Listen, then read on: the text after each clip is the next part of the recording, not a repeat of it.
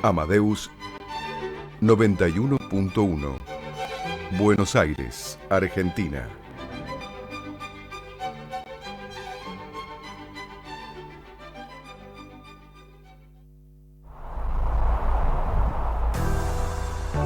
A partir de este momento comienza Segunda Convocatoria, el programa de la propiedad horizontal.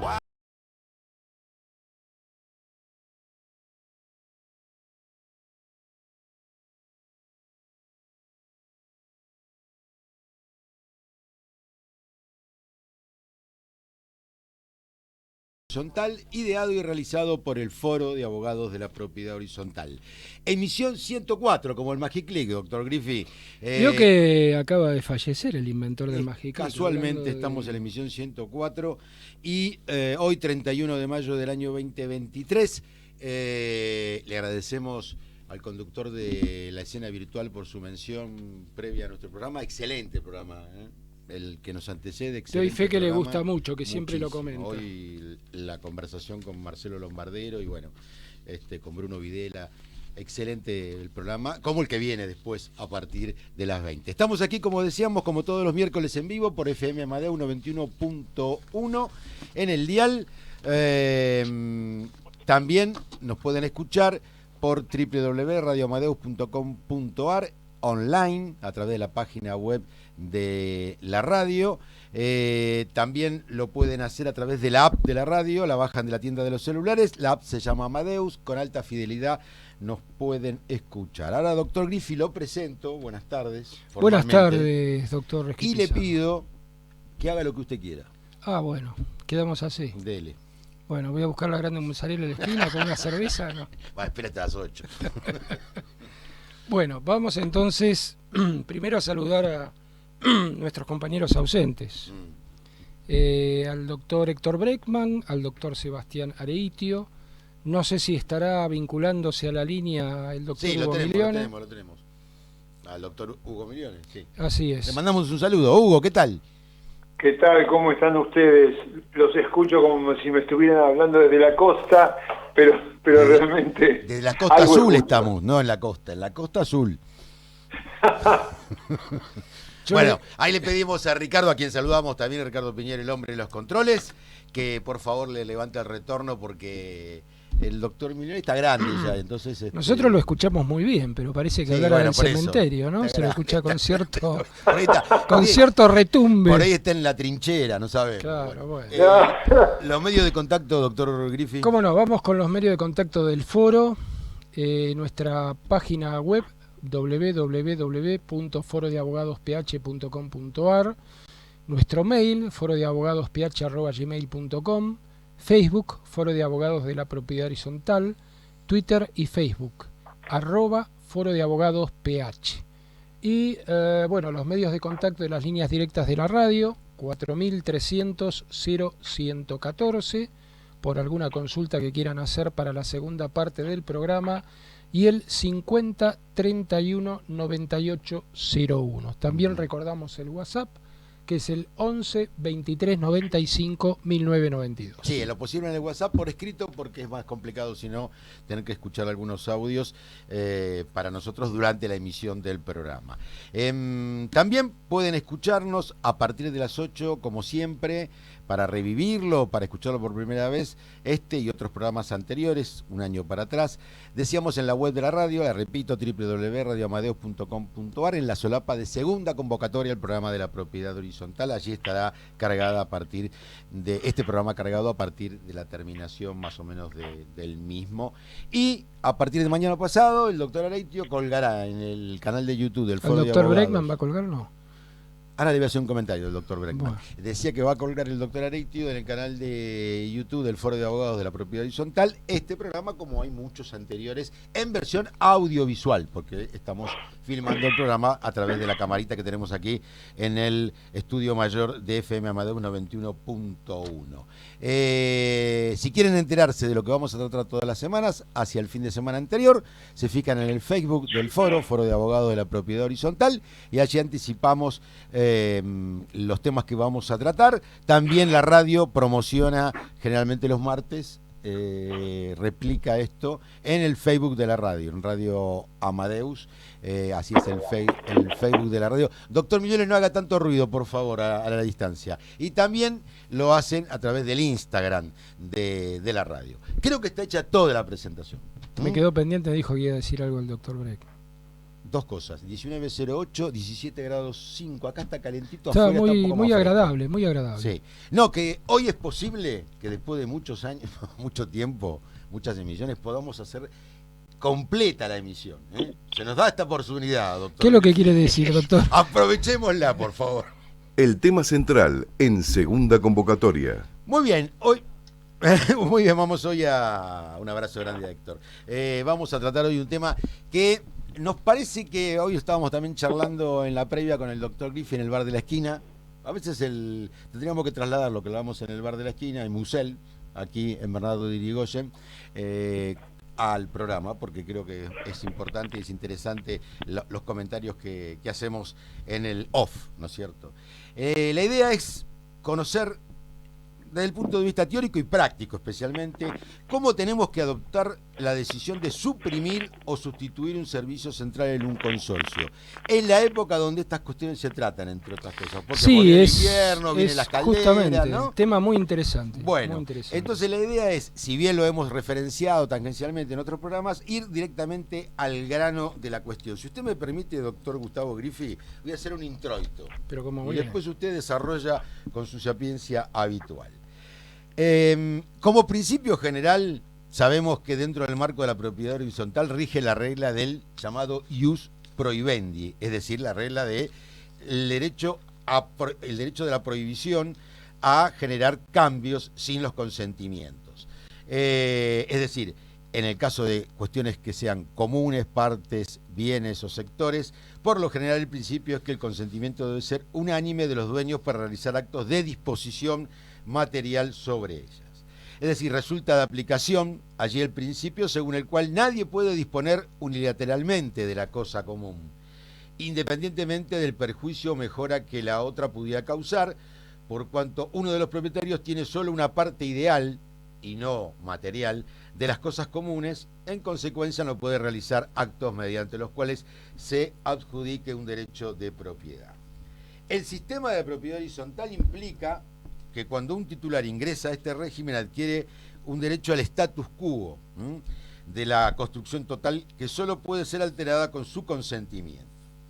Conforme lo dispone el Código Civil y Comercial de la Nación, las innovaciones pueden llevarse a cabo si media el consentimiento de los propietarios expresado en asamblea y por las mayorías que fije el reglamento de propiedad horizontal, o bien también lo que establezca el mismo código, ¿no es cierto?, la propia ley, que regulan diversos supuestos. El artículo 2056, inciso ñ del Código, precisamente establece cuáles son las mayorías que deben ser tenidas en cuenta de acuerdo a que es uno de los puntos principales que debe contener un reglamento. Brevemente, hay 4 puntos en lo que siempre hay que tener en cuenta el tema de mayorías de acuerdo al supuesto que se presente. Por un lado, si las mejoras a realizar que resultan de ellas un beneficio común, que es el artículo 251 que muchas veces hemos tratado aquí del Código Civil, deben ser decididas por mayoría previo informe técnico. Las modificaciones estructurales que alteren el inmueble de una manera sustancial, ya es el otro artículo, el artículo 2052, ya fuera en su planimetría, distribución o porcentual, eso puede ser resueltas por unanimidad. Tercer supuesto, cuando las obras nuevas se realizan sobre partes comunes, pero benefician solo a un propietario, por ejemplo, la construcción de una terraza de uso exclusivo, artículo 2052, también ahí requiere la unanimidad como medida o como número necesario para la aprobación. Y finalmente, el artículo 2054 prevé las reparaciones urgentes, que son aquellas situaciones de acefalía del órgano de administración y su eventual sustituto, es decir, el Consejo de Propietarios, y por una parte, y por la otra, la necesidad de efectuar reparaciones urgentes en las partes comunes. Bueno, con todo esto, ¿dónde estamos ubicados cuando hablamos de suprimir o sustituir un servicio común dentro de un consorcio de propiedad horizontal? Y bueno, a ver, yo entiendo en principio que cuando hablamos de... Son dos cosas distintas. Bien. Una me parece que es suprimir y otra es sustituir, ¿no? Yo creo que si hablamos de suprimir, me parece que ahí salvo alguna causal técnica que específicamente lo determine, como el caso del fallo que después vamos a analizar, que pueda ser una situación de vetustez, con lo cual no hay ninguna posibilidad de reparar lo existente y tiene que ser, digamos, modificado o reemplazado. En principio yo creo que estaríamos hablando de una mayoría correspondiente a la unanimidad, cuando hablamos de la supresión de un servicio central. Ahora, cuando hablamos de la sustitución, bueno, yo creo que tendríamos que analizar desde el punto de vista técnico exactamente qué tipo de sustitución vamos a efectuar o vamos a hacer para determinar quizás el tipo de mayoría. Una cosa es sustituir algo por algo muy similar a lo existente, y la otra sería hacer un cambio radical del servicio, como por ejemplo podría ser dar de baja una caldera y sustituirlo por algo eléctrico. Entonces me parece que ahí en ese caso también podríamos tener algún tipo de variante en la mayoría. Pero bueno, si vamos por el lado de la vetustez, como bien usted lo refirió, doctor, habrá que ver si el reglamento hace algún tipo de referencia, y si no, quizás podríamos ir a la mayoría establecida en el código para ese apartado específico. Cuando usted habla de vetustez, habla de obsolescencia, me imagino. Sí, para no algo... porque hay un término, tiene una categoría jurídica la vetustez que tiene que ver con lo edilicio, ¿no es cierto? Bueno, en este caso estamos hablando yo hablaría de obsolescencia y hablaría de algo que no puede ser reparado. Claro. Quizás no sea técnicamente obsoleto, pero no hay manera de repararlo. Claro. O hasta podríamos hablar de alguna cosa que reparada saliera más costosa que algo nuevo. Algo nuevo. Que lo que muchas veces puede pasar en el tema de las calderas. O la posibilidad de que intentando repararlo no funcione. Esa es una posibilidad. Aparte también hay algo que es muy importante, que digamos la experiencia me hizo verlo alguna vez, que cuando hablamos del tema de reemplazo de caldera, lo que a veces uno no toma en cuenta es la eficiencia de la caldera. Es decir, capaz que a mí me sale lo mismo cambiar la caldera que repararla, pero capaz que una caldera nueva, en lugar de tener, le pido perdón a los ingenieros y a los técnicos porque... se va a inmiscuir en... Claro, pero en una de esas, en lugar de tener, entre comillas, 8 válvulas, tiene 16. Ajá. Como si estuviéramos hablando del motor de un auto. Claro. ¿Sí? Entonces, el grado de eficiencia y de combustión es muy superior, y al ser mucho más eficiente requiere, por ejemplo, menor consumo de gas, con lo cual genera un abaratamiento en el servicio. Correcto. ¿Sí? Después también hay una serie de cuestiones técnicas vinculadas a las calderas, como puede ser, por ejemplo, el tema del funcionamiento automático o autónomo, que no requieren la supervisión de personal del edificio. En cuanto a su puesta en funcionamiento, en cuanto a su apagado y en cuanto a su nivel de temperatura. A veces tienen una especie de, también pido perdón, pero algo así como un termostato que a veces tiene salida a los 4 vientos o es interno, y según la temperatura realiza el corte o no del sistema. Y todo eso, bueno, tiene que ver con la eficiencia, ¿no? Entonces creo que son cosas que uno debería evaluar. Sí me parece sumamente interesante, adelantándonos un poquito al fallo que vamos a ver, porque justamente de alguna manera toca de manera expresa este tipo de situación, y bueno, como un poco lo habíamos mencionado, estamos justo en una época donde este tipo de situaciones se da mucho. Cuando quieren prender la caldera y no funciona la caldera. Bueno, o pierde agua. Bueno, pero por eso un administrador que se precie de ser eficiente o un buen hombre de negocios, como diría el doctor Breckman, lo que tiene que hacer es probar la caldera en febrero. Sí, claro.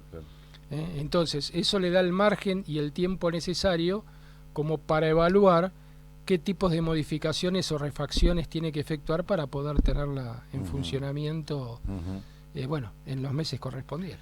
Doctor Milione, ¿qué le parece esto? ¿Mayoría, si está de acuerdo?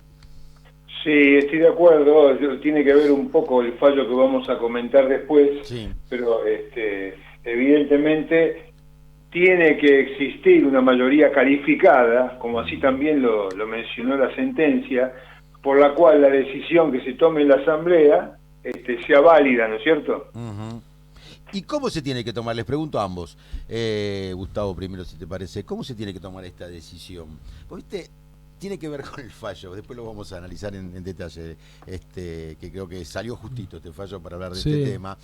Sí, realmente está muy acertado. Sí. Decía, me ha pasado en más de una oportunidad presenciar asambleas en donde se habla de la supresión o de la sustitución de un servicio común, pero hasta se llega a aprobar una decisión u otra. Pero yo diría, Jorge, ¿sabes Sí. qué? Que hasta excede el tema de la sustitución de un servicio común. Porque podemos Sí, puede ser hablar, aplicado a otros casos, de sí. cualquier obligación Sí. que tenga que asumir el consorcio. Puede ser el tema de la fachada, Sí. puede ser reparación de un ascensor, puede ser cualquier cosa que tenga que hacer para poner en funcionamiento de manera correcta un servicio central o la seguridad del edificio. Y muchas veces, digamos, lo que no se es consciente que se queda en lo abstracto. Y realmente para que puedan hacer la obligación de hacer, tiene que tener determinadas características. Ahí vamos. Se queda Claro, en lo exactamente. abstracto, en lo enunciativo. Entonces, vamos a referirnos al servicio común, ¿no? Así no me saca del tema, doctor. ¿Usted qué le parece? ¿Qué le recomendaría al administrador y a los consorcistas? Bueno, hay dos cosas que son esenciales. La primera sería la determinación exacta del trabajo que hay que efectuar. Es decir, sería la lectura completa del presupuesto y no sé si no es conveniente transcribirlo directamente en el acta de asamblea o que Ajá. quede lo más claro posible. Ajá. Y la segunda, por supuesto, son los tiempos. El término de ejecución de obra, la duración de la obra y el tiempo de finalización de la obra. Correcto. Eso es lo que marca de alguna manera la obligación y el compromiso de la ejecución de la obra con el consorcio. Claro. Y ahí se genera la obligación de hacer. Exactamente, ahí se genera la ¿Y obligación quién de es el obligado en el caso de un consorcio a realizar y cumplir con la manda asamblearia? el representante legal, el mandatario, que es el man- administrador. el en órgano este caso. ejecutivo. Ahí lo que nosotros charlábamos hoy antes de entrar, un poco como comentaba Jorge, que después también lo vamos a analizar un poco vinculado al fallo, es hasta qué punto de vista, o mejor dicho, desde el punto de vista netamente jurídico, si el administrador no tiene una obligación per se dentro de sus funciones, al margen de lo que eventualmente pueda disponer una Claro. asamblea. Por ejemplo, puede tomar decisiones cuando la manda no es tan precisa como en el caso que vos planteabas recién. Es decir, Sí, no por hicieron su- lo que vos dijiste que hagan. Sí, yo entiendo que, a ver, no solo cuando la manda no es tan precisa, sino Sí. cuando la manda no es expresa, porque creo que muchas cosas nacen de su obligación de administrador. Cuando nosotros analizamos, que lo hemos visto reiteradas veces, el artículo 2048, Sí. que hace referencia a por qué los propietarios o la gente tienen que pagar las expensas comunes, ordinarias o extraordinarias, y de alguna manera pone en cabeza del administrador que esos fondos tienen que ser utilizados para la conservación, la manutención y la seguridad del consorcio, más toda la normativa anexa que tiene carácter administrativo y que también es obligatorio, como puede ser, la referimos recién tangencialmente, el tema de la ley 257 Sí. de las fachadas, el tema de la conservación de los ascensores, bueno, todos los servicios que son obligatorios. Yo por lo menos entiendo que me parece que el administrador no tiene que pedir permiso, Ajá. tiene que ejecutarlo. Obviamente que el administrador tiene que tener el buen tino que por más que tenga la obligación legal o tenga la iniciativa de efectuarlo, cuando estamos hablando de un costo muy muy alto, o tiene que convocar asamblea o de alguna manera tiene que poner en conocimiento a los propietarios para ver si los propietarios tienen conformidad con esa reparación que van a hacer. Por supuesto que siempre tiene que estar referida a algo afín al mercado. Hay también una creencia, que entiendo yo que es errada, de que el administrador está obligado a buscar y presentar presupuestos. No está obligado. A ver, es de buen carácter en lo que se refiere a su gestión, pero no hay una normativa legal, como alguna vez me dijo una audiencista del Registro Público de Claro. Administradores, que ella entendía que había una Porque normativa la ley, como legal hemos visto varias veces, que en establecía la 941, presentación de 3 presupuestos. habla de los presupuestos y la conformación. De las características que de la tienen que conformación tener. de los Y esa característica es obligatoria. Lo cierto es que para que la decisión asamblearia constituya una obligación para el consorcio y por ende para la ejecución por parte del administrador, hay que reunir requisitos que están establecidos perfectamente en el Código Civil Comercial. Hay 2 artículos que precisamente hace mención el fallo que vamos a tratar en la segunda parte del programa, que vienen justo para este tema. El artículo 725, que habla de los requisitos de la obligación, y dice que la prestación que constituye el objeto de la obligación debe ser material y jurídicamente posible, lícita. Que perdón, ese es otro tema, porque a veces lo damos por implícito, pero a veces en las asambleas se votan cosas se que no toman, son, exactamente, se toman que no- resoluciones que no son no lícitas. son ni material ni jurídicamente posibles. Ni lícitas tampoco. Y a veces ilícitas, sí.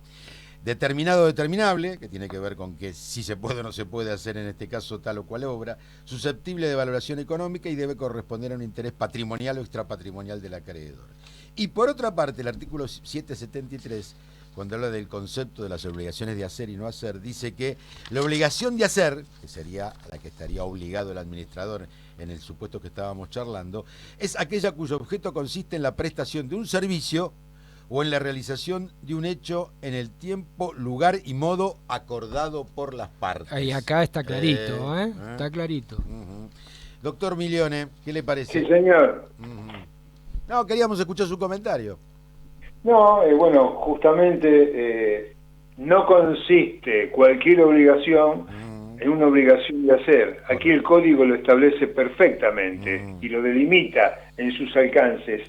Por eso también, un poco teniendo que ver con el fallo que después vamos a comentar, Sí. el consorcio no siempre está obligado a cumplir con una obligación de hacer, dado que esta tiene que tener las características que usted mencionó recién. Claro, claro que sí. Si vamos a la jurisprudencia con respecto al tema de las obligaciones de hacer y además con respecto a las mayorías, bueno, viene desde larga data en un mismo sentido, casi un sentido unívoco, podríamos decir. Por ejemplo, la Cámara Nacional Civil, la Sala D, en el año 64, un año después que nací yo, tratándose de la manutención o suspensión de los servicios de calefacción y agua caliente, no es requisito legal que medie unanimidad de voluntades, bastando la mayoría de los votos que establece el reglamento de copropiedad.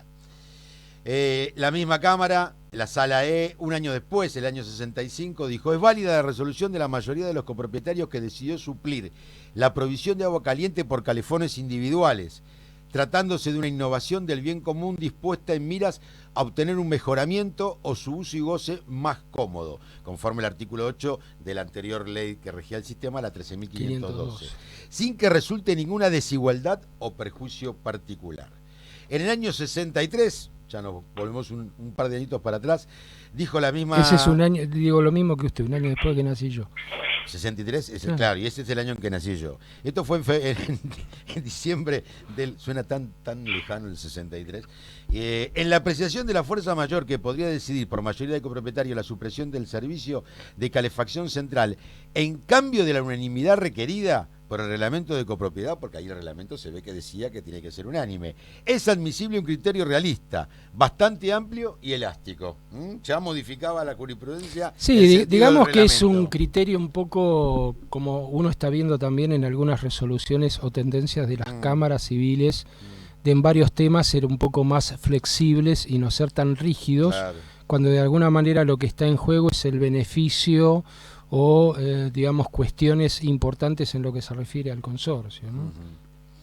En estos casos, doctor Milione, le consulto, está dado el problema, hay problema con el servicio común, hablemos de la caldera, el agua caliente, el termotanque, pero en verdad el administrador no convoca asamblea para tratar el tema, pese a los pedidos que se le formulan por parte de los propietarios. Se nos viene el invierno, como está pasando ahora, y hay que resolver sobre esta cuestión. Más allá de las posibilidades que estarían dadas por la autoconvocatoria y demás, le consulto, para usted, ¿cabe la posibilidad de que se convoque por lo menos el 10% que pide la norma a una asamblea judicial? Yo particularmente en un caso de extrema necesidad lo justifico. Lo que pasa que también justifico cuando a veces se menciona cuándo puede ser el administrador responsable por el cumplimiento. Yo eso directamente me avengo a describir lo que tenemos en el artículo 2067, cuando los derechos y obligaciones del administrador dice que tiene que atender a la conservación de las cosas y partes comunes y a la seguridad de la estructura del edificio, dando cumplimiento a las normas de seguridad y verificaciones impuestas por la reglamentación. O sea, en cualquiera de estos casos, él no puede dejar de actuar. Está configurando el incumplimiento. En los demás, no tiene obligación concreta de actuar reemplazando a la asamblea, dado que es el organismo máximo que tiene el poder de decisión. Muy bien, si les parece continuamos en la segunda parte. Muy bien, seguimos.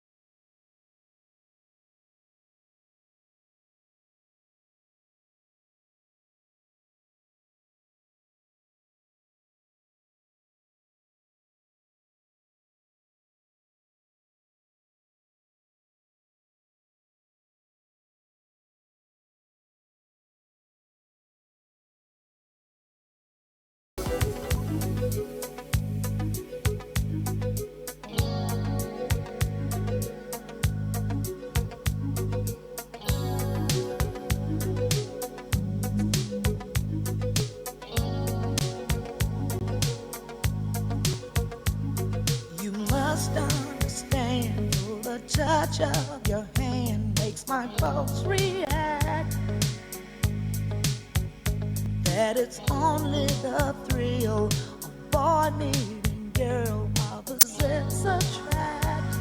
It's physical, only logical. You must try to ignore that it means more than that. Oh, what's love got to do with it? What's love but a second-hand emotion?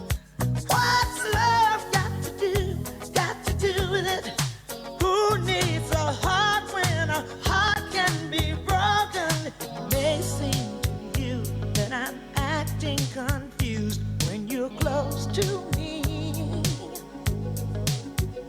If I tend to look dazed, I read it someplace. I've got cause to be. There's a name for it. There's a phrase that fits. But whatever the reason, you do it for me. Oh, what's love got to do with it? What's love but a second-hand emotion? What's love got to do with it?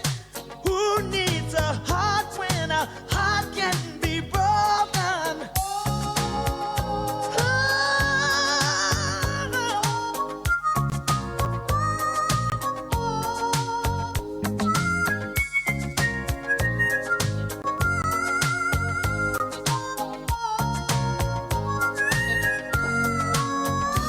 I've been taking on a new direction, but I have to say, I've been thinking about my own protection. It scares me to feel this way. Oh, what's love got to do with it? What's love but a second-hand emotion? What's love got to do with it? Who needs a heart when a heart can be broken? What's love got to do with it? What's love but a sweet old-fashioned notion? What's love got to do with it? Who needs a heart when a heart can be broken? Ooh, got to do with it. What's love got to do with it? Bueno, acabamos de escuchar a Tina Turner, que se nos fue hace muy poquito, una de las mejores voces del rock y las mejores piernas, creo que sobre eso no había ninguna duda, uno de sus temas más conocidos. ¿Qué tiene que ver el amor? ¿Qué tiene que ver el amor con eso? Tina Turner, nacida el 26 de noviembre de 1939, nombre originario Anna May Bullock, conocida como Tina Turner, fue una cantante suiza de origen estadounidense. Eso sí que no lo ¿Usted sabía que era suiza? No. Yo conozco nada más a Roger Federer y Stan Wawrinka. Desarrolló su carrera durante más de 50 años, además de convertirse en una de las principales y mayores compositoras de rock. Considerada la reina del rock, se retiró de los escenarios y la música en 2013 a la edad de 73 años después de una carrera musical de 54 años. Tuve el placer de haberla visto cuando vino acá a la Argentina en los 90, en la cancha de River, y la verdad que bueno, fue un placer, gran artista. Nuestro homenaje a Tina Turner. La opinión en segunda convocatoria. Bueno, hablando mucho del fallo, nunca dijimos cómo se llamaba el fallo.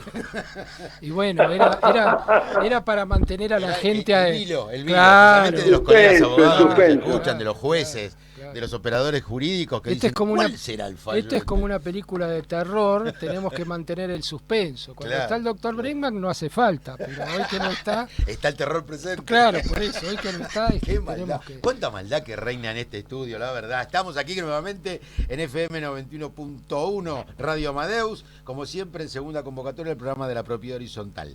A ver, el fallo es, por los autos, Enríquez con Z al final, José Luis con edificio Testay, Avenida Entre Ríos 910, esquina Estados Unidos, 1788/96 de la Ciudad Autónoma de Buenos Aires, sobre cumplimiento del reglamento de copropiedad. Y el doctor Gustavo Griffi lo va a comentar, lo va a reseñar sencillamente. Bueno, acá hay también un planteo de nulidad de asamblea. Sí. Aparte del tema del cumplimiento del reglamento de copropiedad, un propietario que, bueno, se vio afectada por la falta de puesta en servicio justamente de la caldera, habiendo pasado gran cantidad de asambleas sin haber puesto en ejecución lo que aparentemente iba a ser justamente lo que hablamos antes, el tema del reemplazo de la caldera, atento al carácter de vetustez que tenía. Claro.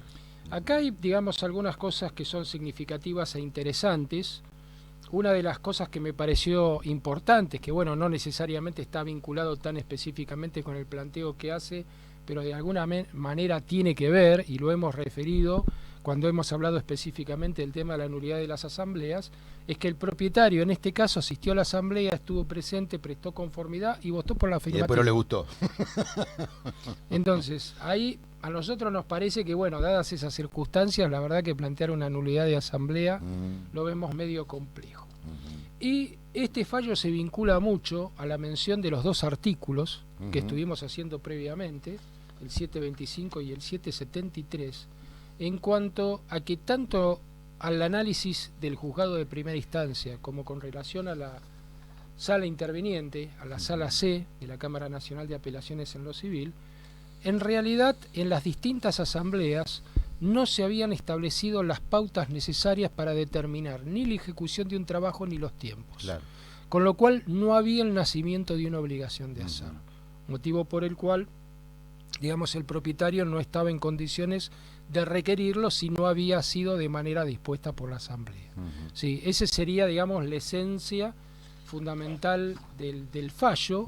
Lo que yo te comentaba, Jorge, era que, según mi criterio, y un poco como dijimos en la primera parte, si bien el fallo jurídicamente es sólido y obviamente, por lo menos en mi criterio, se comparte el fundamento jurídico, yo entiendo que aparte de ello, me parece que hay ciertas obligaciones del administrador, cuando estamos hablando de la puesta en servicio de un servicio central común, que me parece que tendría que haber cumplimentado, más allá de lo que eventualmente hubiesen dispuesto las asambleas.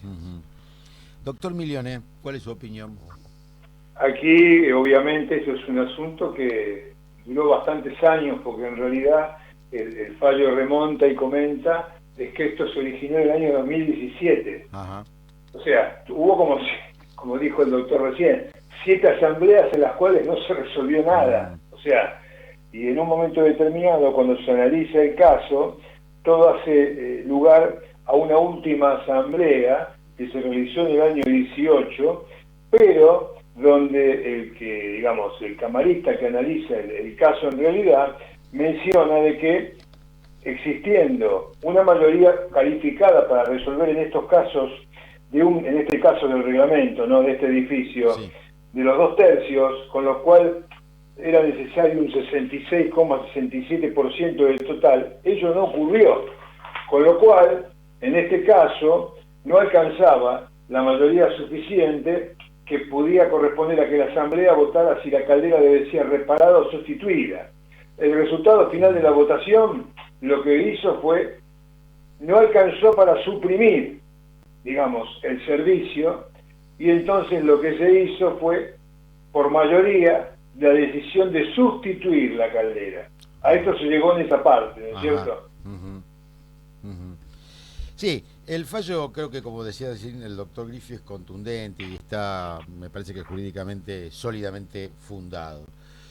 En su parte dispositiva dice que es procedente rechazar la demanda por cumplimiento de reglamento de copropiedad en relación a la decisión de la Asamblea de sustituir la caldera del edificio, pues no todas las decisiones de un órgano deliberativo, como lo es la Asamblea de Copropietarios, implica el nacimiento de una obligación, en el sentido jurídico del término, y en el caso esa decisión de sustituir la caldera tampoco puede ser considerada como una obligación de hacer, puesto que para hacer tal la prestación comprometida por el deudor debe ser determinada o determinable y consistir en un servicio o en la realización de un hecho en el tiempo, lugar y modo acordados por las partes, artículos 725 y 773 del Código Civil y Comercial, como hicimos referencia. Y en el caso no se determinó la prestación aludida ni el plazo de cumplimiento. Otra parte... Hubo, sí. doctor, una asamblea que menciona que fue en el año 22, Sí. en el cual, en base a esto, una vez que se hizo la acción, digamos, la persona que analiza el fallo en segunda instancia menciona por qué no hace lugar a los reclamos que originariamente expresaba como daños digamos, en este caso el copropietario, porque le menciona, estaba primeramente designada una asamblea en forma irregular. Y después lo que él invocaba como daño, por ejemplo, decía que no se le había atendido un reclamo, formulaba en su demanda para que se le impusiera al consorcio la obligación de hacer, justamente remite a los artículos que nosotros mencionamos, que para hacer una obligación de hacer necesita tener unas características exclusivas y determinadas, ¿no es cierto? Después también, como mencionó el doctor al principio, el que nunca haya convalidado, ¿no es cierto?, que las obras fueran postergadas es realmente irrelevante, y que en realidad el daño que él menciona, que era la demora y el sistemático incumplimiento, nada tenía que ver con la responsabilidad del administrador. Claro. Un poco completa la decisión final que acaban de mencionar, ¿no es cierto? Les hago una consulta a ambos, y también me lo autoconsulto. En estos casos, ¿es indefectible el informe técnico? Y yo entiendo que sí. Sí. Sí. Sí, ¿no? Sí. O sea que la Asamblea, para decidir, más allá de su capacidad soberana de tomar decisiones con respecto a la comunidad consorcial, debería siempre estar asistida técnicamente por un informe que le diga qué se debe hacer. Bueno, por ejemplo, definir o no si hay obsolescencia del Exactamente, servicio, sí, para mí es esencial.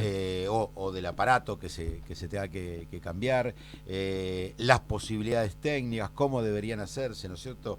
Porque tomar decisiones a veces dentro del marco de una asamblea sin la opinión del idóneo es como un, ¿no? Es demasiado No, aparte, cuando hablamos de estas situaciones hablamos generalmente de valores muy altos. Claro. Entonces, cuando hablamos de valores muy altos, me parece que tanto el consorcio como inclusive el administrador, por una cuestión de tranquilidad y responsabilidad profesional, tiene que tener el respaldo de que es técnicamente lo que corresponde hacer. ¿Y cómo lo pasaríamos si fuésemos administradores o administradoras de un consorcio?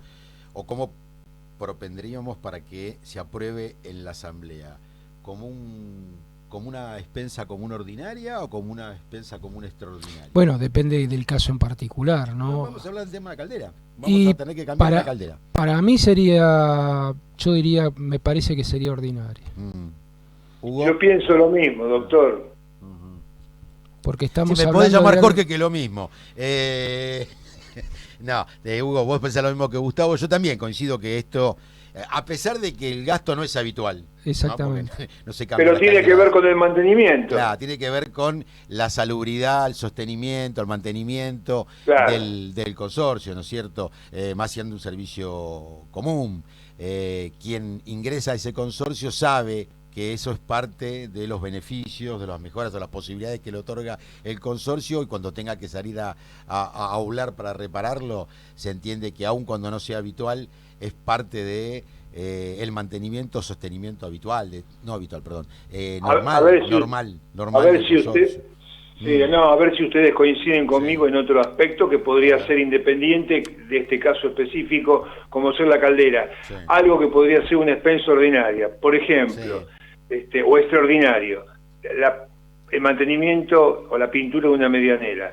Sería ordinaria para mí, que no se hace por supuesto muy seguido, pero sería ordinario para mí en tanto y en cuanto el no mantener la medianera ocasionara filtraciones a las unidades funcionales. Por ejemplo, de la otra forma, si fuera solamente por un problema de color o de suciedad, sería algo extraordinario. Sí, porque el embellecimiento o la mejora implica lo mismo cabríamos también con el tema de los ascensores, por ejemplo, ¿no? También. El tema de motores, Bueno, sí, trabajos claro. importantes. No es lo mismo la maquinaria, el motor o cuestiones vitales para el funcionamiento que la cabina y el interior, la decoración, el embellecimiento. Ahí sí es otra cuestión. Bueno, estamos de acuerdo en todo. Todo esto lo aburridísimo mencioné porque en alguna medida tiene que ver muchas veces en los contratos cuando se discute entre inquilino o locatario y locador qué es extraordinario y qué no es extraordinario.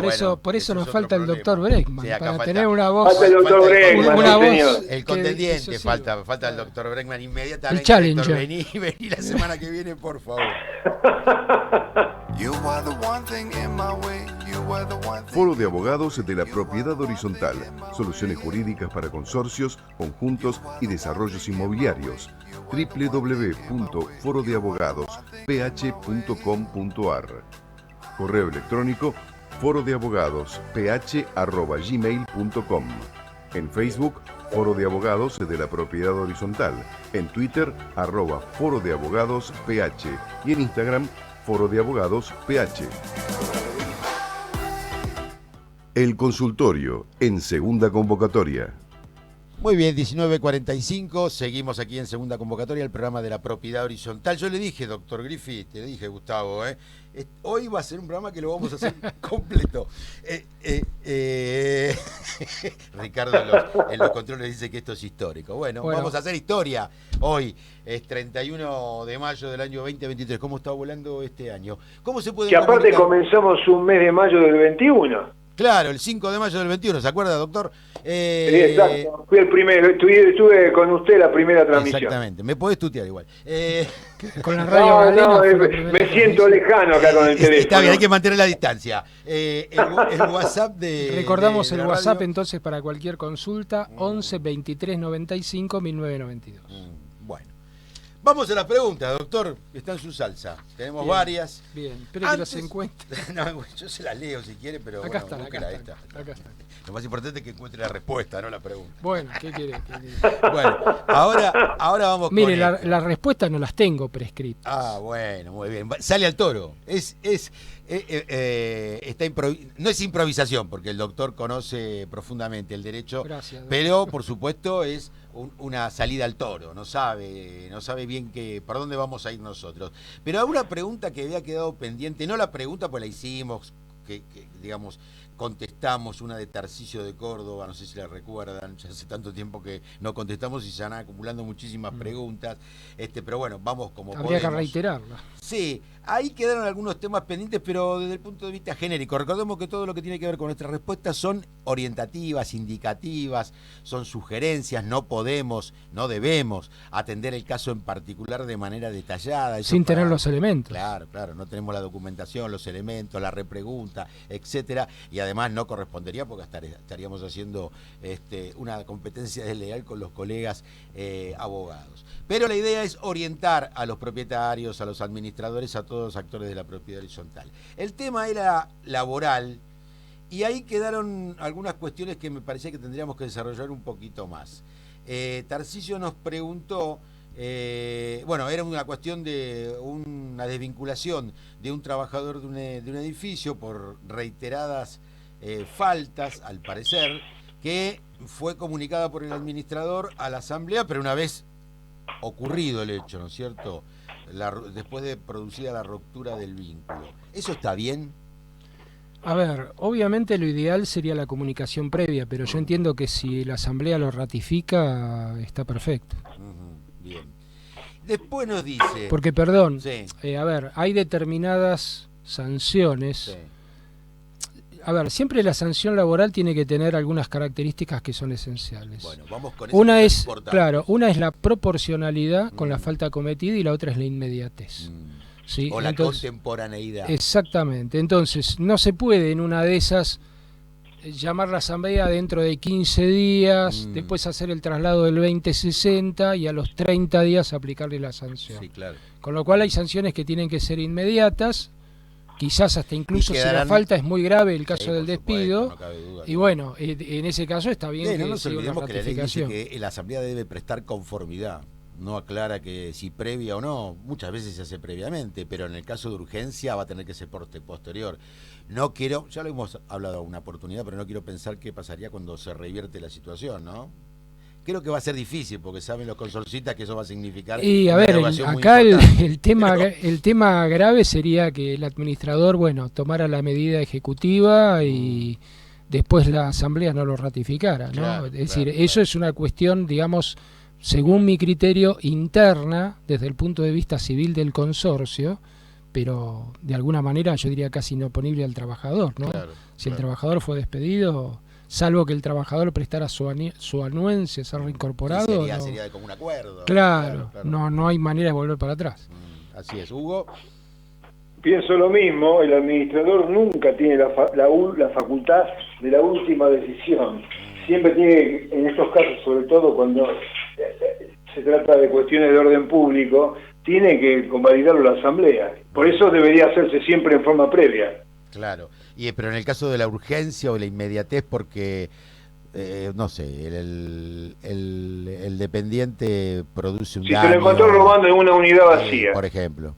Sí, Sí, es no, un tiene que caso ser grave, sí. inmediato y en ese Sí. caso sí. No esperar, como dijo Gustavo, a lo mejor una espera demasiado larga, sino Sí. que actuar en forma inmediata. Inmediata, muy bien. Bueno, más o menos quedó esto.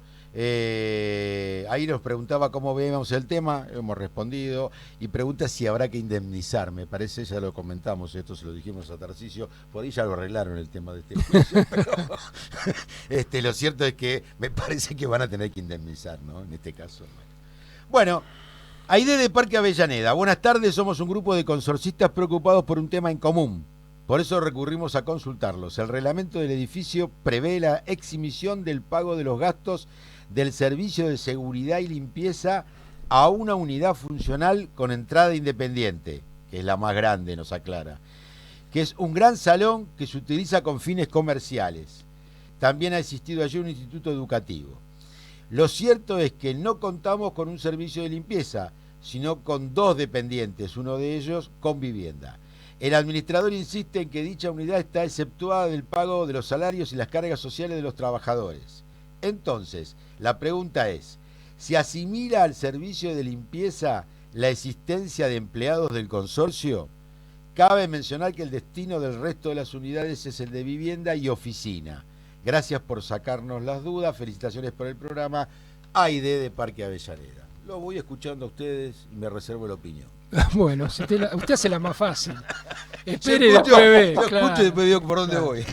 A ver, mi criterio es que el servicio de limpieza no necesariamente tiene que identificarse con el personal del consorcio, porque la función del personal del consorcio son muchas más amplias Ajá. que eventualmente la sola limpieza. Bien. Es decir, yo creo que si el reglamento expresamente no dice que queda excepcionado del pago del personal del edificio y de los aportes y de todo aquel que corresponde a eso, mi criterio sería que no está excepcionado. Bueno, yo tengo una opinión no tan parecida a esta. Bien. Doctor Milione. Ya era hora que... Sí, ahí disentimos. Ahora vamos a armar una linda peleita. Doctor Milione. Yo pienso particularmente que entre las funciones que inclusive creo que están contempladas en el estatuto Sí. de los encargados de casa de renta, hay una función múltiple, como decía recién Gustavo, vigilancia, mantenimiento, entre ellos los aseos, mantener, es decir, informar cualquier anomalía que pueda haber respecto de una filtración. O sea que eso completa lo que tiene que ver, incluido la parte de limpieza, ¿no es cierto? Por lo cual, todo eso está incluido dentro que es la remuneración mensual y habitual, que es atribuida justamente según la categoría al encargado de casa de renta. Está bien la argumentación que ustedes dos me dan, digamos que es válida, me parece válida, podría ser abonada por un poco más de información, pero si el reglamento, supongamos, calculo que este reglamento no debe ser de los más nuevos, pero bueno, no importa eso. Ante un edificio sometido al régimen de propiedad horizontal, donde hay usos mixtos, ahí habla de viviendas más oficinas. Sí.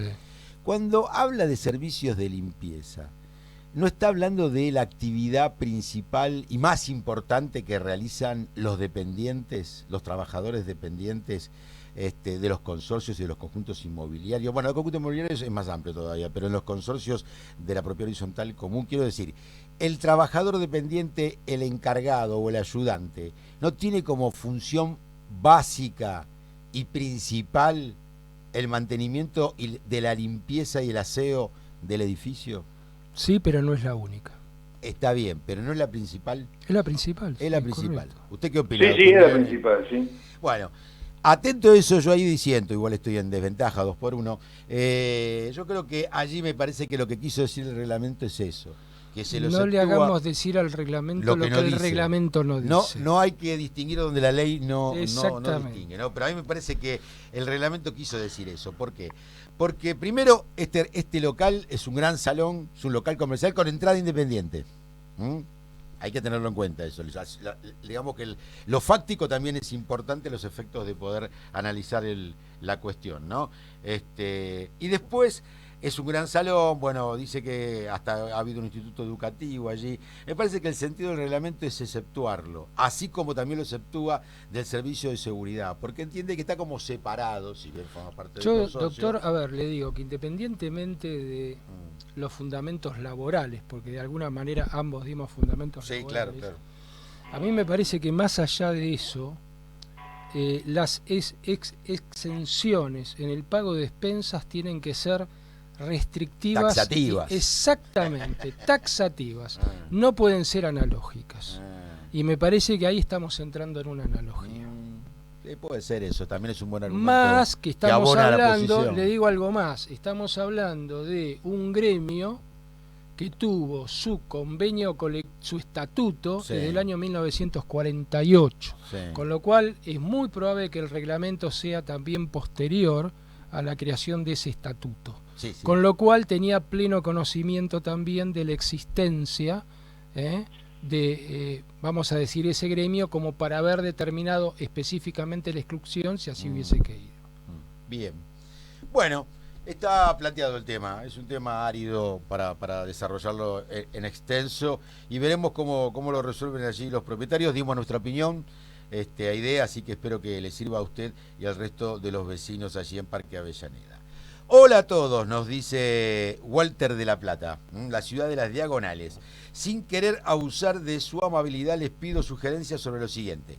En el edificio existen por lo menos 2 copropietarios que ejercen su actividad profesional. Psicólogos, nos dice Walter, en sus departamentos, pese a que el destino de las unidades es el de vivienda familiar. A varios y varias vecinas, nos dice, nos agrada encontrarnos en el ascensor con extraños. Pensé que les agradaba porque lo consultaban al psicólogo. O se encontraron con alguna chica linda, no sé, en el ascensor. Claro, con el ascensor con extraños, el movimiento de personas en el hall de entrada y en los palieres de los pisos de esos departamentos. Si bien no es incesante el desfile, tampoco son pocos los concurrentes, aunque no atienden todos los días. Atento a esto, ¿no? Tenemos pocos minutos, pero 2 psicólogos que ejercen en su propio departamento su actividad profesional, hay un poco de movimiento, pero no demasiado, y no ejercen todos los días, ténganlo en cuenta. Tampoco tienen empleados, por lo que sabemos. Estamos entre pedirle al administrado que se trate el tema en asamblea y restrinja el uso del portero eléctrico para que los profesionales tengan que subir y bajar para abrirle a sus pacientes, que gente mala, aunque nos perjudique al suelen resto, hacer este tipo de cosas. y con eso ganar un poco de seguridad, otra de nuestras preocupaciones. Bueno, eso es válido. O instruirlo para que demande a estos 2 psicólogos. ¿Qué les parece? Mil gracias por el tiempo que nos dispensan.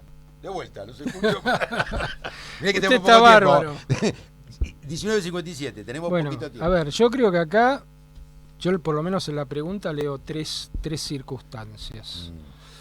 La primera, entiendo que si realmente los psicólogos son propietarios y viven en el edificio, yo diría que a tenor de la jurisprudencia más reciente, de alguna manera están habilitados, Sí, claro. por más que el reglamento de copropiedad hable únicamente de vivienda. Ahora, independientemente de eso, su ejercicio no le debe causar molestias al resto. Claro, por supuesto. Si ya el movimiento que generan o la situación que generan, estamos hablando no de algo potencial, estamos hablando de algo que realmente genere una molestia efectiva Sí. o genere un daño.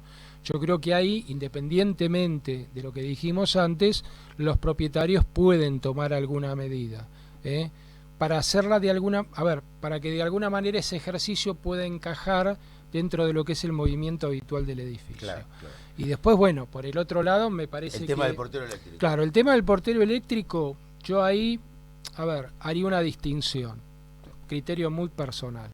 Una cosa es un edificio que es únicamente de vivienda y otra cosa es un edificio que, digamos, esté habilitado, por ejemplo, para oficinas o profesionales. Sí.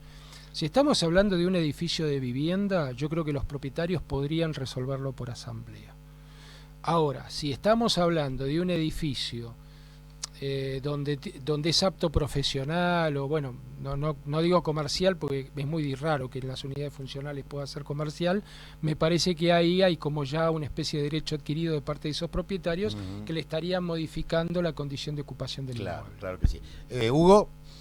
Yo acá, en definitiva, un poco disiento con el doctor, con Gustavo, en el primer comentario que hizo. Sí. Yo creo que particularmente si uno compra, como pasa siempre en las escrituras, que declara conocer y aceptar el reglamento de copropiedad, con un fin, eso no lo habilita a cambiar el destino, porque si no estamos en lo que estamos siempre, cada uno usa la norma de acuerdo a su conveniencia y la cambia según las circunstancias. O sea que si lamentablemente yo compro un departamento de 1 o 2 ambientes, estoy viviendo, no lo puedo habilitar ni siquiera con pocos pacientes para mi atención profesional.